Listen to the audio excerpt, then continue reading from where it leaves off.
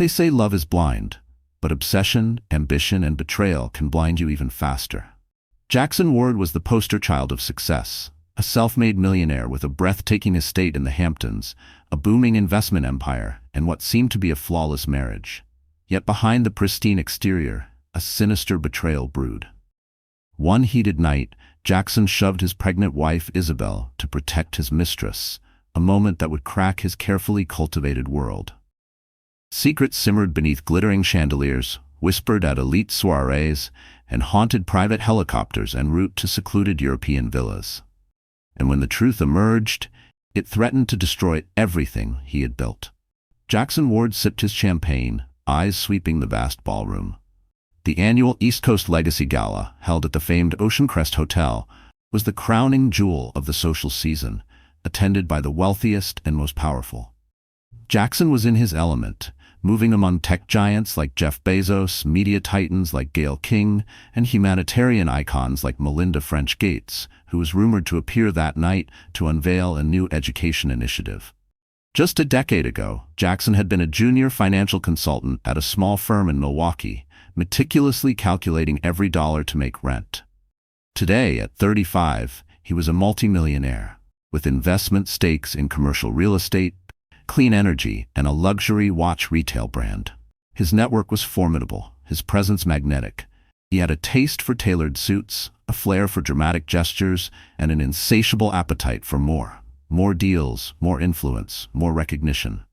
Jackson's wife, Isabel Ward, stood beside him, glowing in an elegant sapphire gown. 7 months pregnant, she radiated a calm strength that drew admiration from every direction. Where Jackson's path had once been solitary, Isabel brought light. They had married young, building a bond that seemed unbreakable. She had stood by his side through the rise, gently encouraging him to temper ambition with grace. But behind Jackson's composed exterior simmered unrest. While Isabel and their unborn child should have been his peace, he felt increasingly lured by the world's endless indulgences. He wasn't satisfied. He dreamt of creating a legacy to rival the titans of American enterprise. And with that dream came a whirlwind of new contacts and perpetual travel. Lately, Isabel's pregnancy had meant fewer red carpet events and fewer spontaneous getaways, just enough of an opening for Jackson to fall into temptation. "Jackson?" Isabel asked, her voice gentle but edged with worry. "Are you okay? You seem a little distracted." He forced a reassuring smile onto his face. "I'm great, just thinking about some of the potential partnerships tonight." His tone was light, effortless, but as soon as Isabel's attention drifted, he scanned the crowd once more, searching for someone else. A new presence, a forbidden temptation. Her name was Serafina Moretti, an Italian-American communications strategist known for her flawless networking and relentless ambition. She had ice-blue eyes, an effortless sophistication, and a hunger for success that mirrored Jackson's. They had met a few months earlier at a biotech summit in Boston, where she represented a cutting-edge diagnostics firm. Their connection had been instant, undeniable. They exchanged cards, flirted over nightcaps, and eventually surrendered to an affair neither intended, but both craved. That night at the gala, Serafina wore a gleaming silver dress, the back plunging low enough to turn heads across the ballroom. When Jackson spotted her from a distance, a rush of adrenaline surged through him. She held his gaze briefly, raising her wine glass with a subtle tilt before pivoting to speak with a Hollywood director. The message was unmistakable. "I'm here, and I won't be ignored." Jackson's heart raced as he struggled to stay composed. Isabel, blissfully unaware of the emotional hurricane gathering around her, chatted with other expectant mothers about baby names and birthing classes. Jackson felt a stab of guilt watching her, her face alight with maternal joy. The baby she carried was the embodiment of their love. He had sworn to himself he would never be the kind of man who let ambition poison his home. But Serafina's drive and the forbidden thrill of secrecy tempted him deeply. The more successful he became, the more trapped he felt by predictability. Serafina was a storm, untamed, intoxicating. In quiet moments, Jackson wondered if Isabel's tender steadiness had become too familiar. Midway through the evening, Jackson slipped away from Isabel under the pretense of handling an urgent call. He maneuvered through the crowded room, past tuxedos and sequins, until he found a dim hallway near the ornate restrooms. Serafina stood there, leaning against a marble column, swirling her champagne. "You kept me waiting," she teased, raising an eyebrow. Her voice was draped in silky confidence. "My wife was with me," Jackson replied, casting a quick glance over his shoulder to ensure no one was within earshot. "But I'm here now." The corner of her mouth curved into a sly smile. "So you are." She stepped in closer, locking eyes with him. "I missed you." Jackson bridged the remaining space between them, breathing in the subtle sweetness of her perfume. "We're taking too many risks," he whispered, though even he didn't believe the words. "We'll be cautious," Serafina assured him, tracing a fingertip along his lapel. "Because we both know we can't stay away." He nodded, throat tightening. This night would mark the beginning of a series of events neither could control. In that quiet hallway, surrounded by rich wallpaper and muffled murmurs, Jackson sealed his fate with a single kiss that ignited more electricity than any business triumph ever had. In that kiss, Jackson felt the thrill that he could never quite explain, the sharp, dangerous edge that kept him tethered to Serafina. But underneath the adrenaline, something darker simmered, fear. Fear that he was unraveling everything he'd spent years building. That night, long after the event, Jackson lay awake in bed beside Isabel, staring at the ceiling. Her breathing was soft and steady, peaceful in the darkness.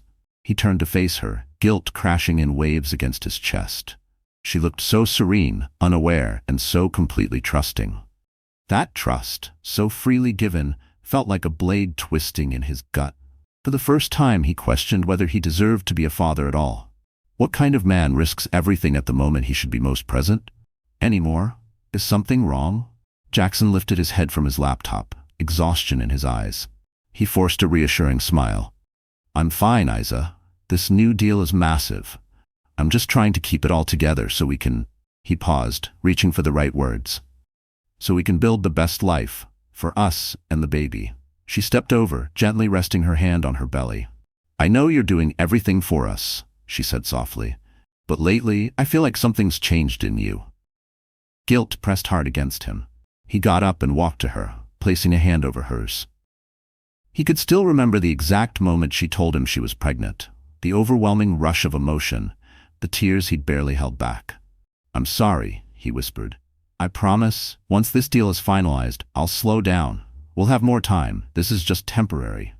A flicker of relief lit up her face, but it faded quickly. "All right," Isabel said quietly. "Just remember, we're in this together."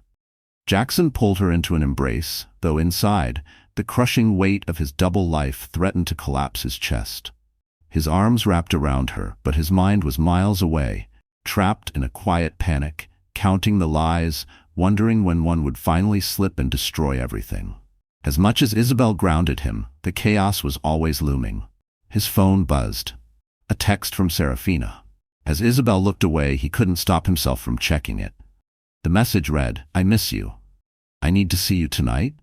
That evening, Jackson claimed he had a late meeting with an overseas client. Isabel nodded. Whether she believed him or simply chose not to confront it was unclear. After he left, she wandered into the nursery, tracing her fingers over a tiny pair of blue booties. The unease inside her heart pulsed louder with every step. As Isabel's due date neared, her health became increasingly fragile. Doctors advised strict rest and warned her to avoid any kind of emotional stress. She needed Jackson now, not just his income or his name, but his attention, his presence, his love. She wanted to talk about her fears, her dreams, the way the baby fluttered beneath her ribs. But Jackson was only half present, even when he was home. Most of the time his body was there, but his mind was across town. In truth, he was buried in a high-stakes negotiation with a group of global investors to close a $150 million deal on a prime development in Manhattan. The project, an upscale hotel, high-rise condos, and elite retail, was the culmination of years of hustle. If it went through, Jackson would enter the ranks of East Coast moguls, a goal born from his cramped days in a walk-up apartment in Milwaukee. Meanwhile, Serafina had begun pressing harder. She wanted more. She suggested it was time to leave Isabel altogether, before the baby made things more difficult. When Jackson hesitated, Serafina reminded him of the adrenaline they shared, their shared vision, the dynasty they could build. Jackson's nights became unbearable, haunted by sleeplessness, haunted by Isabel's gentle smile and Serafina's seductive promises. Each time he touched his wife, he felt the ghost of betrayal clinging to his fingertips. He hated himself for the thrill he still felt when Serafina called. But worse, he hated the man he was becoming, a man living in two worlds, loyal to neither. Between Serafina's pressure and Isabel's quiet pleas, Jackson began to crack. Each day was a frantic cycle of investor calls, stolen moments with Serafina, and increasingly emotional messages from Isabel. The guilt gnawed at him, but walking away from the affair felt like losing the one thing that made him feel alive. Then, one night, Isabel made a desperate call. A sudden pain in her lower back sent fear shooting through her. She called Jackson again and again, but it went to voicemail. In panic, she reached out to his assistant, who reluctantly admitted Jackson was at a private dinner discussing a business venture. Isabel, trembling, clutched her phone. She knew Jackson's deal was vital, but her chest thudded with fear. What if something was wrong with the pregnancy, and he wasn't there? At last, Jackson answered. "Isa, I'm in the middle of something urgent," he whispered sharply, stepping outside the upscale bistro where he'd been dining with Serafina and two key investors. "Is this really necessary?" "Jackson," she said through tears. "I'm in pain. I'm scared. Something feels wrong." A flicker of concern crossed his face. "Did you call Dr. Marshall?" She nodded, though he couldn't see. "He's on his way, but I need you, Jackson. Please, come home." The moment stretched painfully thin. Jackson glanced back through the floor-to-ceiling windows. Serafina watched him from inside, her gaze firm, willing him to end the call. The investors sipped wine, checking their phones. The dinner was pivotal for his future, yet Isabel's voice shook with real fear. "Okay," Jackson said quietly, rubbing his forehead. "I'm coming home. I'm on my way." When he returned to the table, Serafina arched an eyebrow. "You're leaving?" "My wife. She's having complications. I have to go." Serafina's eyes cooled. These men came in from Zurich for this. Jackson's jaw tightened. "I can't ignore Isabel's needs right now." He paid the bill, offered a rushed apology to the investors, and left. Serafina's eyes followed him with burning disapproval. She hated how Isabel, miles away, still had the power to pull Jackson back. Meanwhile, Isabel lay curled at home, pain radiating through her back. When Jackson arrived, he found her pale, out of breath, tears tracing her cheeks. Dr. Marshall had already arrived. After examining her, he confirmed the baby was stable, but warned that her stress was dangerously high. She didn't just need promises, she needed support. Now, that night Jackson slept uneasily. Isabel drifted off in his arms, comforted by his presence. But Jackson stared into the dark. Thoughts tangled. He felt trapped, unsure where his heart belonged. He wanted to be the father and husband Isabel needed. But he also craved the intoxicating pull of Serafina. He told himself he could maintain both lives, at least for a little longer. But Isabel's suspicions solidified the next morning. While Jackson was at a business breakfast, she collected laundry from their bedroom. As she lifted one of his blazers off the floor, a buzz vibrated through the pocket. Curious, she pulled out a sleek phone she had never seen before. It required a passcode, but as the screen lit up briefly, a name she didn't recognize appeared. Serafina Russo. Beneath it, a message preview. "Last night was unforgettable. Thinking about you." Isabel's heart dropped. A chilling wave of betrayal swept through her. Her mind scrambled for explanations. A client? A contact? But the message was too intimate.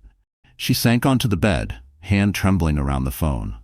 Inside her, the baby stirred, like sensing her heartbreak. Jackson had a second phone, one he'd never mentioned. She tried every possible code, birthdays, anniversaries. Nothing worked. Eventually, she set the device on the nightstand, her body tense with sorrow and rage. That evening, Jackson stepped through the front door and froze. Isabel was in the living room, holding the hidden phone. He stopped dead in the doorway. His face paled. For a long moment, neither of them said a word. Then Isabel's voice cut through the air. "Who is Serafina Russo?" Jackson's mind raced through a storm of lies, but one look at her tear-soaked face made it clear. Another lie would destroy what was left. He began to stammer. She's a work associate." Isabel bolted upright from the couch, one trembling hand pressed protectively against her belly. "Don't lie to me, Jackson. I saw what she wrote. How long? How long have you been seeing her?" He closed his eyes, breathing hard. "It's complicated, Isabel." Complicated, she cried, voice cracking. You're cheating on me while I'm carrying your child?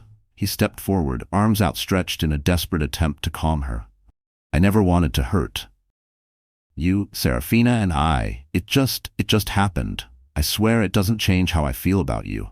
Isabel let out a bitter, broken laugh, tears streaking her cheeks. It already has. You've been distant, distracted, lying to me for months. How could you do this to us? Jackson stared, guilt shadowing every inch of his face. He saw the damage, the pain. He tried to move closer, but Isabel stepped back. Jackson, I felt trapped in the same routine. And Serafina, she was different. Exciting. I'm sorry, I never meant to let it get this far. She shook her head, stunned. You're sorry? That's what you're going with? They argued for nearly an hour, voices raised, hearts breaking all over their once peaceful home. With just weeks left until her due date, Isabel pleaded through tears for Jackson to end the affair. He insisted he would. He vowed to fix things. But deep down, Jackson knew words weren't enough. He could see it in her eyes. Where love used to live, now there was only pain and something else.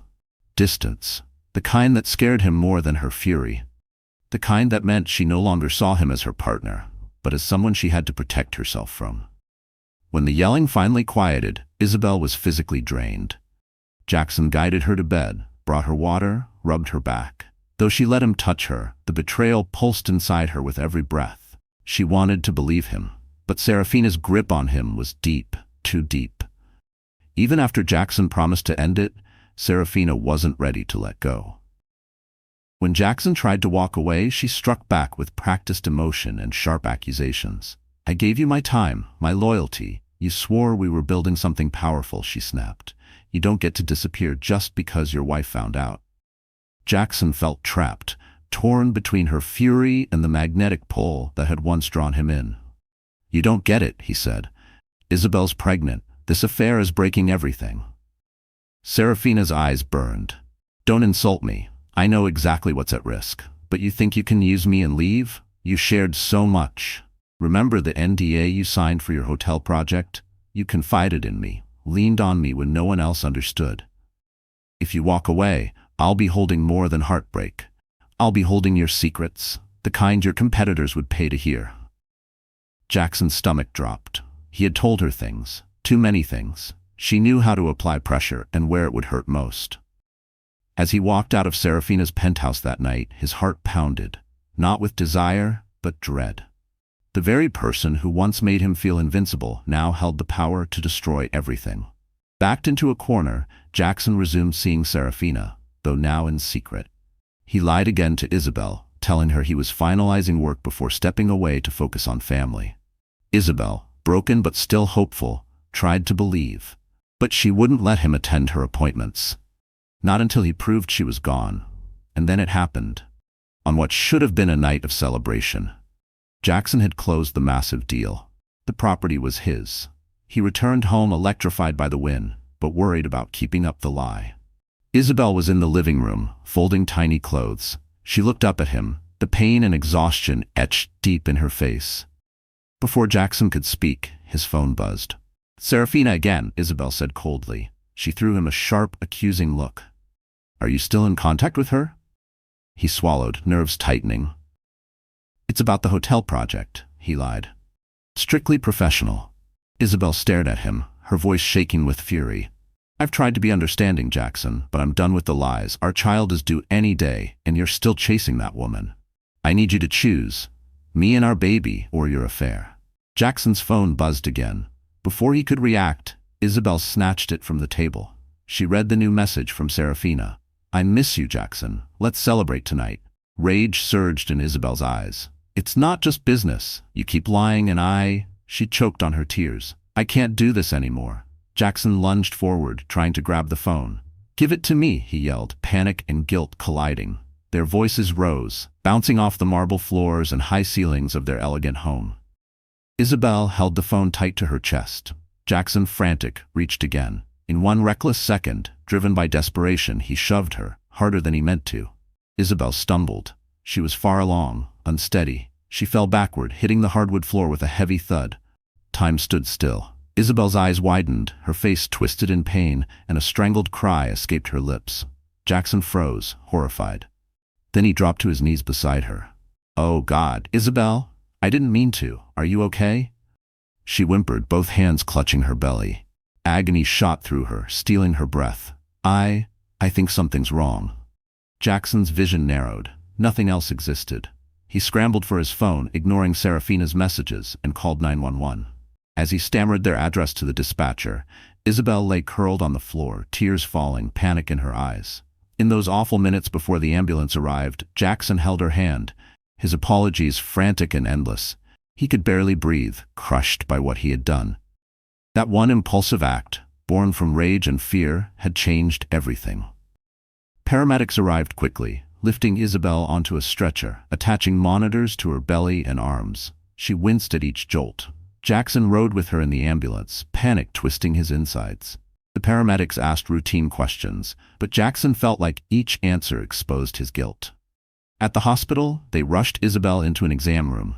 The glaring lights, the rapid footsteps, it all blurred in Jackson's mind. He paced the hallway, hands trembling. Dr. Marshall stepped out, his expression grave. "There's a threat of premature labor. Isabel's under extreme stress, and the fall may have caused complications." Jackson opened his mouth, but nothing came out. Guilt slammed into him. Marshall looked him over sternly. "I know things are tense, Jackson, but her health and the baby's must come first. She needs peace, not chaos." For hours, Jackson sat at Isabel's bedside. She drifted in and out of sleep, receiving fluids and medications to keep labor at bay. When she finally stirred, he gently squeezed her hand. "Isabel, he began. She turned her face away, tears slipping quietly down her cheeks. Her voice trembled, barely audible. "Don't." Jackson felt as though his chest was caving in under the weight of regret. He saw himself clearly now, not as the driven husband ready to embrace fatherhood, but as the man who had shoved his pregnant wife. Because of another woman. He longed to undo every selfish choice he had made in recent months. Every time he had picked Serafina over Isabel. The baby's heartbeat remained steady, but Isabel had to stay in the hospital for close monitoring. Friends, neighbors, even Jackson's mother came to visit. None of them knew the real story behind Isabel's fall. Jackson had offered a vague excuse that she had slipped. Isabel said nothing. Her eyes were vacant. Each visitor left with a warm goodbye and a kind smile, never suspecting the darkness behind the drawn curtain. Jackson played the part of the worried husband flawlessly, but each lie cut deeper into his soul. He hated how effortlessly he could perform concern when he was the reason she lay there. Jackson's PR instincts urged him to control the narrative. Keep it quiet. But guilt gnawed at him. Every time their eyes met, he saw her fear, her devastation, and the vast, cold distance that now stood between them. He also saw the truth of who he had become, a man who abandoned the people who mattered most in the pursuit of power and passion. While Isabel recovered in the hospital, Jackson was hit with another devastating blow. Serafina had learned of Isabel's hospitalization and the real cause behind it. Maybe she heard through their social circle, or maybe Jackson had let too much slip during a panicked phone call. Either way, she wasted no time. Serafina threatened to go public with their affair if he didn't meet her demands. A public declaration of their relationship once Isabel was discharged, financial backing for her new PR agency, and a permanent consulting role on his upcoming developments. Her messages were blunt and threatening, listing everything she knew, from the affair itself to confidential details Jackson had once shared in confidence. If he refused, she would leak everything, to the press, to his investors. The texts came like daggers, each one colder, crueler. She was no longer the captivating distraction he once found intoxicating. Now, she was a threat with nothing to lose. Jackson read her words through a blur of anxiety, realizing too late that every whispered secret had been ammunition loaded into a gun now aimed at his legacy. Cornered, Jackson contacted his attorney. If Serafina exposed him, the fallout could destroy his career, his reputation, and what little hope he had of salvaging his marriage. His business empire had been built on trust and the illusion of moral clarity. A scandal of this scale could mean total ruin, possibly even legal action. And far worse was the knowledge that he had hurt Isabel and almost cost them their child. He saw clearly now. Cutting all ties with Serafina was the only path with integrity. But Serafina wasn't just after money. She wanted power, status, control. Panicked, Jackson made a reckless decision. He offered her a large payout in secret, along with a promise of a nominal role in a subsidiary firm. He thought it would be enough to end it. But once the funds cleared, Serafina demanded even more. She threatened to call Isabel directly, to go on talk shows, to publish incriminating texts and photos. That's when Jackson realized he had handed her the very tools she needed to tighten her grip. During Isabel's hospital stay, Jackson never missed a day. But their exchanges were cold, fragmented. Dr. Marshall continued to report that Isabel was improving, and the baby remained stable. Yet emotionally, Isabel was distant, wounded. Several times, she asked Jackson to leave, to give her space. But he couldn't stay away. Sometimes he brought flowers she never looked at. Other times, he simply sat there, clenching his fists in silence. There were nights he drove home without turning the radio on, letting guilt rattle in the empty air beside him. He'd sit in the corner of the hospital room, silent, watching her sleep. Every beep of the monitor was a reminder of what he had nearly lost. He memorized the curve of her shoulder beneath the blanket, the way her breath hitched in sleep. She was alive, but the love she once held for him seemed barely breathing. One afternoon, with sunlight pouring through the half-drawn blinds, Jackson finally broke the silence. "Isabel, I can't apologize enough for what I've done. It was unforgivable, and I hate the man I've become." She remained still, eyes locked on the window. His voice trembled. "I let ambition blind me. I let lust for success and for Serafina pull me off course. But I swear to you, I want to fix this. I'll do anything to make it right." Isabel blinked back tears. "Then end it. End it for good. Cut her out of your life and tell me the truth about everything." He nodded, swallowing hard. "I will. I promise."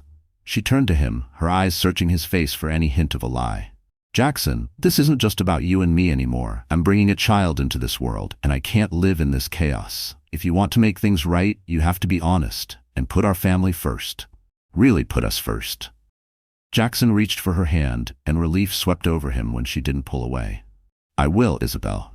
I swear it." In that hospital room, Jackson felt something stir inside him. A fragile ember of hope. He finally understood just how close he'd come to losing everything. The deception had already caused irreparable harm, but maybe, just maybe, there was still something to save.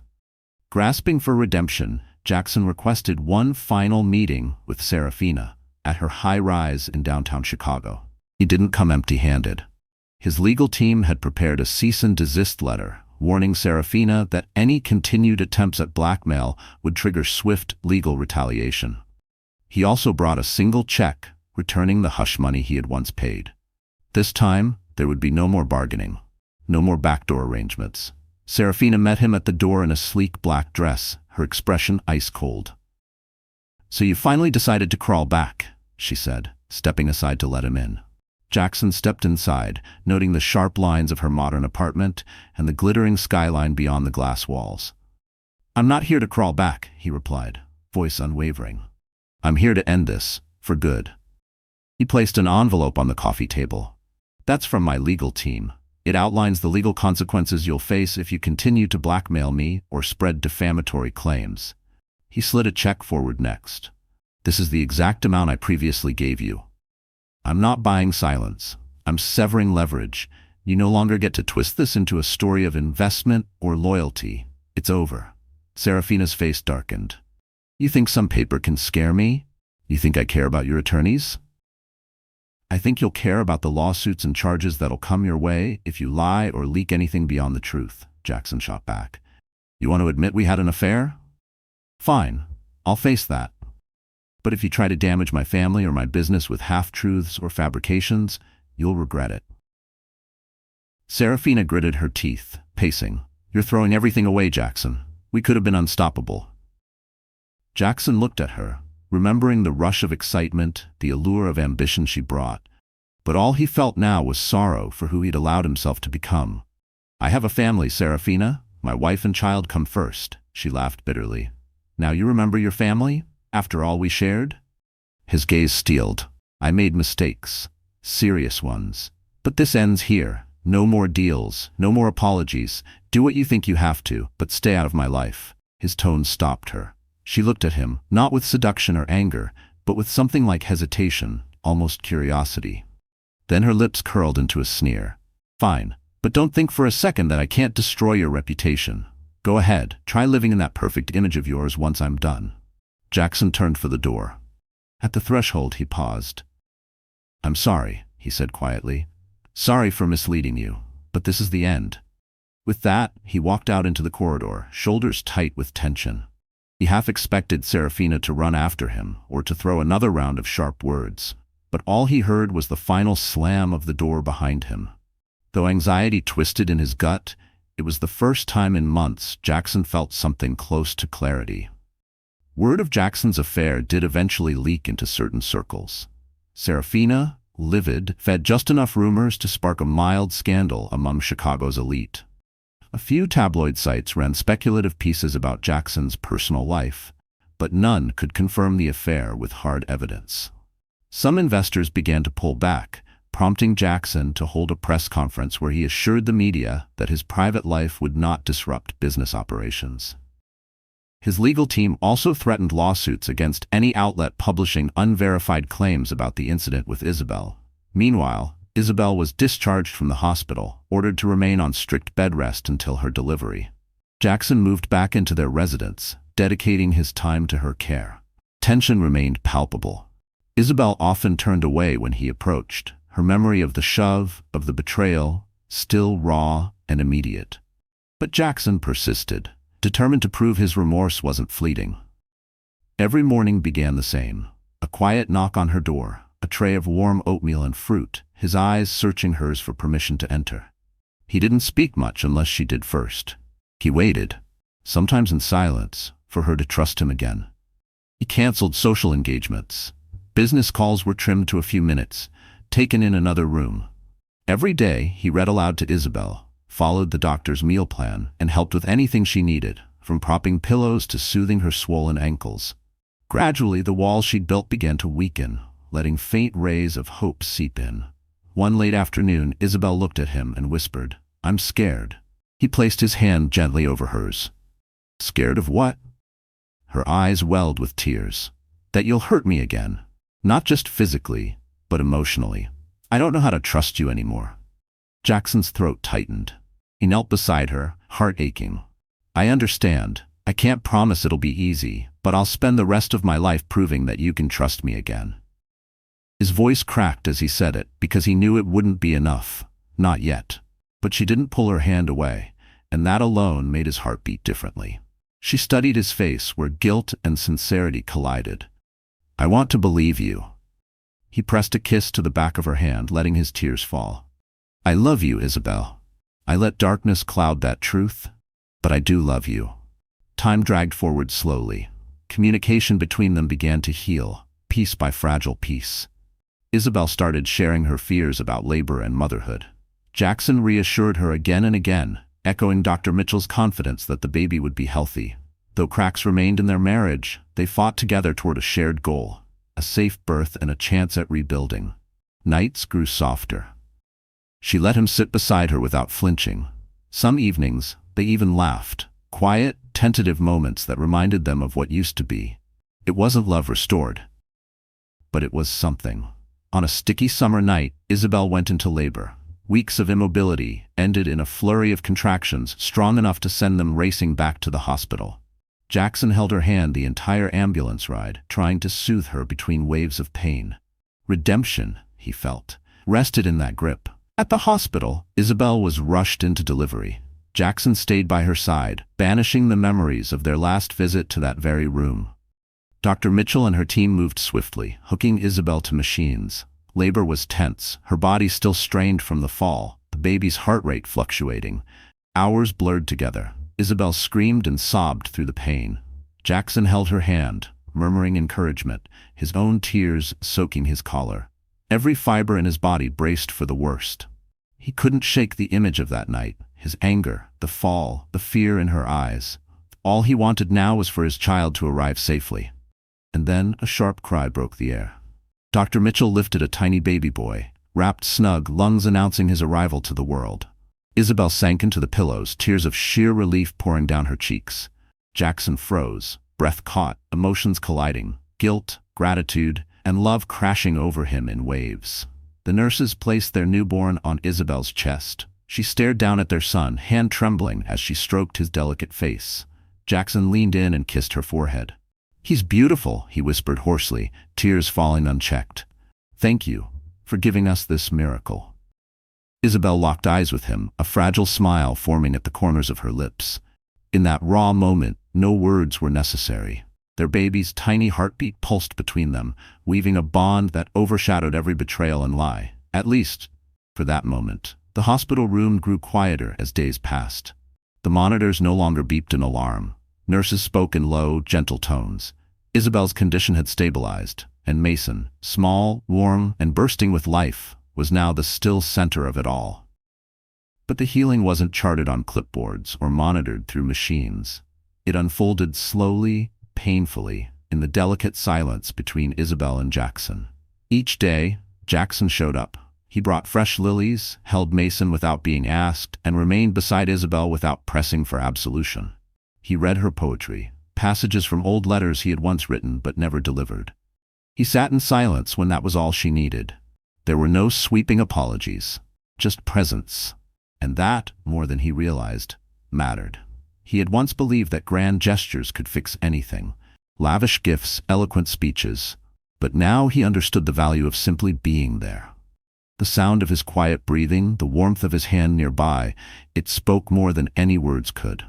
Isabel observed him with cautious eyes. She noticed the stiffness in his posture, the regret laced through every word. The charismatic man who once breezed through boardrooms was gone. What remained was someone stripped bare, vulnerable, regretful, and trying. And there were moments, quiet, fleeting, when she caught glimpses of the man she once loved, the man who held her hand during the ultrasound, who built the crib at midnight, who whispered dreams about their future.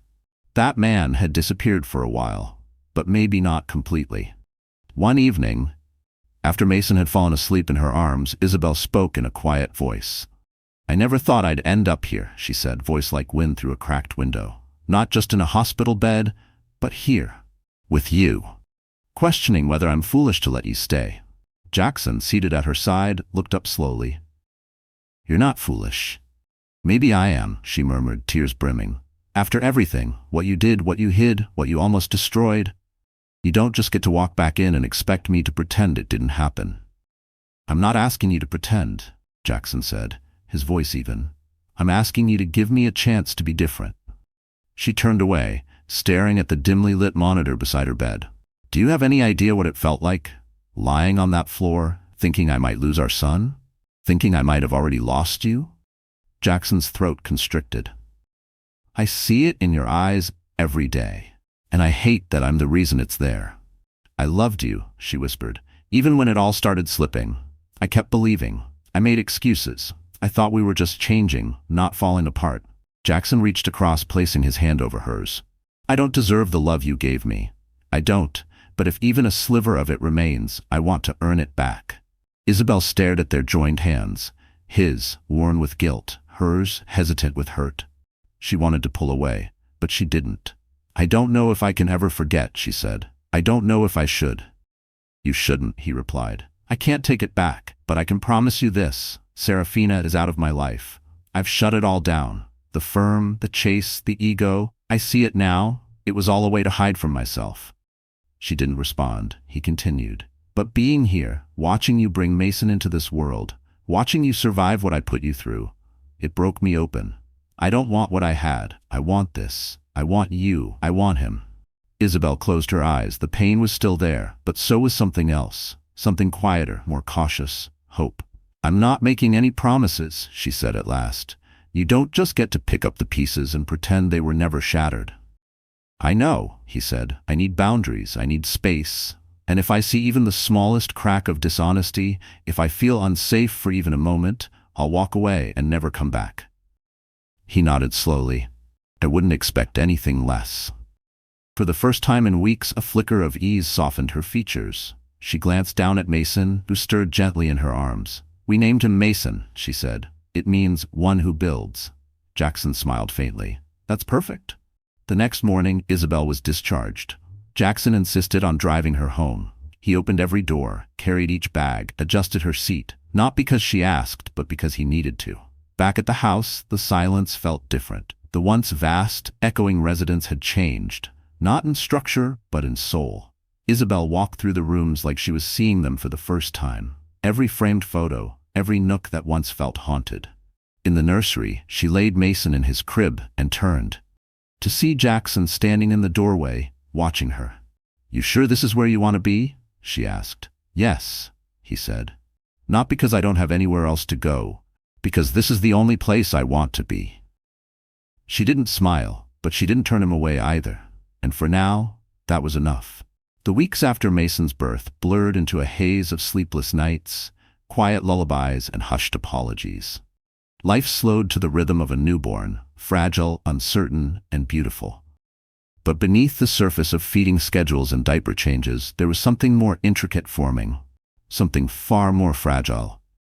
Trust. Jackson understood that rebuilding Isabel's trust would be the most difficult and most necessary thing he'd ever do. The days of over-the-top gestures and scripted promises were gone. Isabel didn't want diamonds. She wanted dependability. She wanted the truth, and she made that clear one evening, her voice even as Mason lay asleep between them. "I'm not going to pretend things are okay," she said. "We're not just snapping back like none of this happened. What you did, it broke something inside me. I don't know if I'll ever see you the same way again." Jackson said nothing, just listened. Her words cut sharper than any rebuke. He nodded slowly. "I get that," he said gently. "And I'm not asking you to forgive me. Not now. I'll earn it, day by day. No shortcuts." So they began therapy. Together, separately, with professionals who didn't sugarcoat, who helped them peel back the layers of wounds, doubts, and truths they'd buried.